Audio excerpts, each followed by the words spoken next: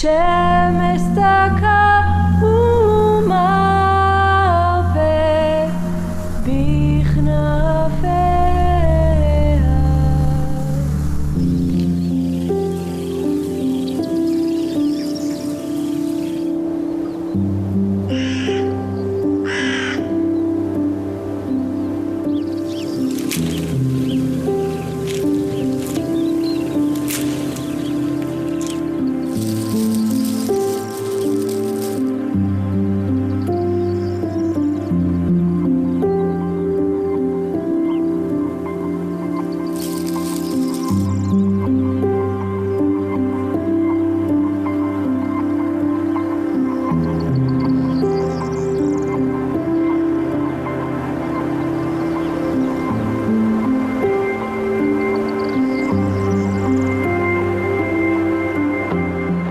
Then Ruth got up to glean, and Boaz ordered his young men, "Let her glean even among the sheaves.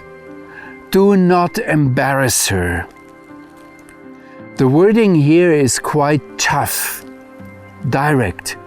These young men must have posed some kind of danger for Ruth, or they must have had some kind of reason to be hostile towards her. That's what the words imply. We don't know why it was. It's up to you, up to me, up to us as Bible readers to find it out. Maybe it was simply because she was an unprotected young woman and the reapers were men. Or maybe it was because of her Moabite origins. Or maybe it was because she was associated with Naomi and there was some kind of hostility of these reapers towards Elimelech and Naomi. Or maybe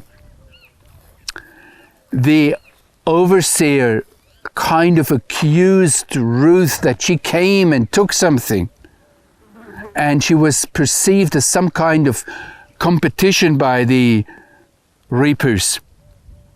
You make up your mind. But Boaz's instruction prohibits the reapers from humiliating Ruth for any thinkable reason. And then he says, furthermore, pull out of the handful of ears. Do this, take something out of here and let it fall for her. And the Hebrew word tzvatim, that only appears here in the Hebrew Bible, means such a handful of these wheat ears. And he says now, leave it, she shall glean it, do not blame her. Wait a minute, is our comparison still true? That Ruth is an image for, no, I have to start with Naomi, is an image for the Jewish people, and Boaz for the Messiah of Israel, and Ruth is an image for Gentile Christianity? Is this where we have to position our Christian efforts to harvest?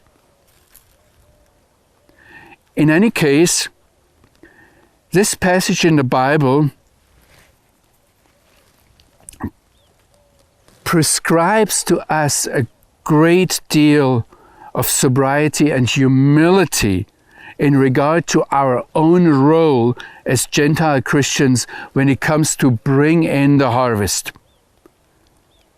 We are allowed to pick up what the actual harvesters, the ones who really do the harvest, what they leave aside for us,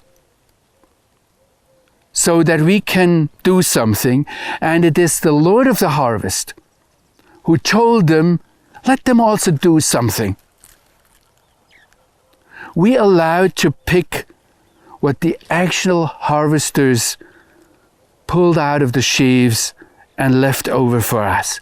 This is quite sobering. This is quite humiliating if we think about how we normally, as Christians, perceive ourselves as being important, as bringing in the harvest. It is Boaz and his people who provide for Ruth, for you and me. They invite her, come here and eat of the bread. They allow her to drink. And then it is Boaz who provides the privilege to Ruth to partake in the harvest. He protects Ruth, and then he even tells the harvesters, pull something out so she has something to do. And leave it. She shall glean it. Do not blame her. The word to leave it for her is actually a word that in the context there is kind of obvious. It is the same word that Ruth used when she said to Naomi, I will not leave you. Do not force me to leave you. It is the same word that Boaz observed with Ruth, that she had left her father and mother. And now Boaz uses the same word in the harvest. Leave something for her. So it is Ruth's acts, Ruth's dealings before that now bear fruit. And Boaz's directions to the harvesters go far beyond the normal bounds of generosity. He actually gives to Ruth, confers upon her dignity and respectability and acceptance. Again, the medieval Midrash, Yalkut Shimoni, surprises us. This medieval Jewish interpreter lets Boaz say, do not despise her, do not plague her, and ask no hard thing of her, because, now listen to this, because she is the daughter of a king. We do not know this from the Bible. There are Jewish traditions that Ruth was maybe the daughter of Eglon, who was a Moabite king. It's not what the Bible says, it's Jewish tradition. But interesting to us is that Ruth herself sees herself realistically as not even worthy of being a slave girl. And it is Boaz who gives her the dignity of a king, a royal dignity. And so it says she gleaned in the field until the evening, and then she beat what she had gleaned, and it was about 1 ephah of barley. An ephah is a loan word from Egyptian. We don't know exactly how much it was. Maybe it was 30 kilos, maybe it was 22 kilos or liters. We don't know exactly, but it was, if we compare in ancient literature, it was about half a month of just a wage of a day worker. So it was a lot.